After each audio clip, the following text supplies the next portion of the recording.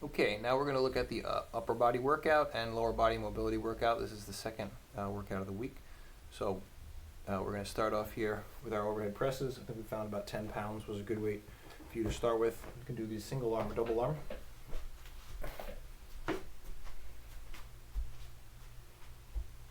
Just for perspective, I'm going to do these from my knees. So we want to make sure that our shoulders are not rounded forward. We're going to pull them back. The dumbbells come up, they rotate out and out to our sides here, pulling our elbows as far back as possible. Then we're going to extend the arms up, overhead, really reaching out overhead. My scapulas can push up, then I'm going to draw them down, all the way back down again, squeezing tight at the bottom. We want to get this nice, strong extension, straight arms out of it, while pulling them back, trying to almost pinch the shoulders together with each one. If we go to single arm, we can shift the weight a little bit to accentuate this.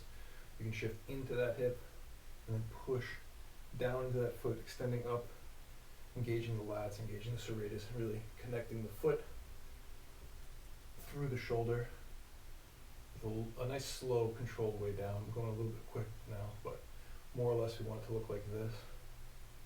Nice and controlled on the way up, and then nice and slow on the way down, contracting that shoulder, really feeling that shoulder blade the whole time. Okay, those are our overhead presses. From there, we're going to work on the Powell raise, which we're going to do from the floor.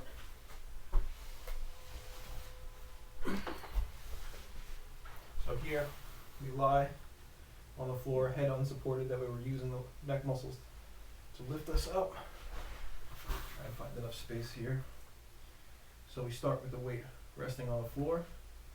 We elevate it up, trying to keep our chest as open as possible. We drop the weight back, using my leg as a counterbalance to not fall all the way back, and then bringing the weight back through. If you remember, we found our struggle to be at the end range of motion here at the back. So if you lose it here, don't touch, just hold the time under tension and bring the weight back. So we want to keep that engagement the whole time on these.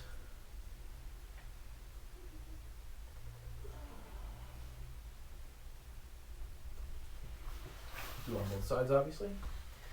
And after our Powell raises, we're going to use the bench or chair to help open up our groin. So, let's see.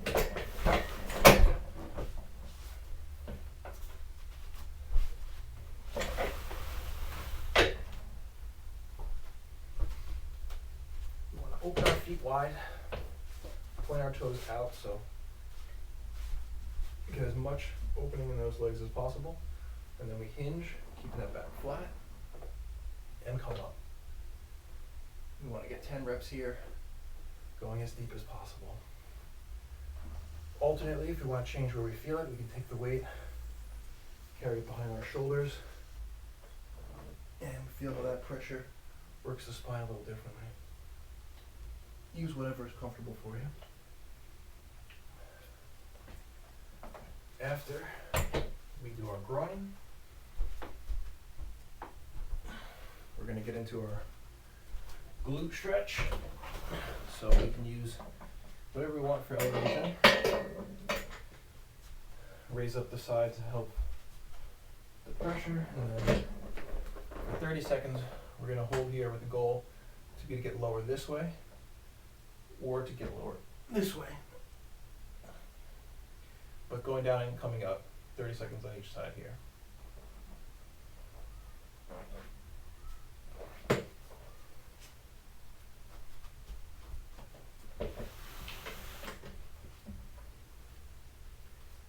And then our final exercise, our final stretch rather, will be to do the couch stretch again. So again, knee against the wall, glute engaged on the side you're stretching to push that leg down, and then we push ourselves back against the wall and we hold for 30 seconds on each side. So with today's workout, we go from one exercise to the next. So we'll do our overhead presses, followed by our Powell raises. Then we'll go into our groin move on the bench, then into our glute stretch, and then into our couch stretch. So we're going to go from one exercise to the next.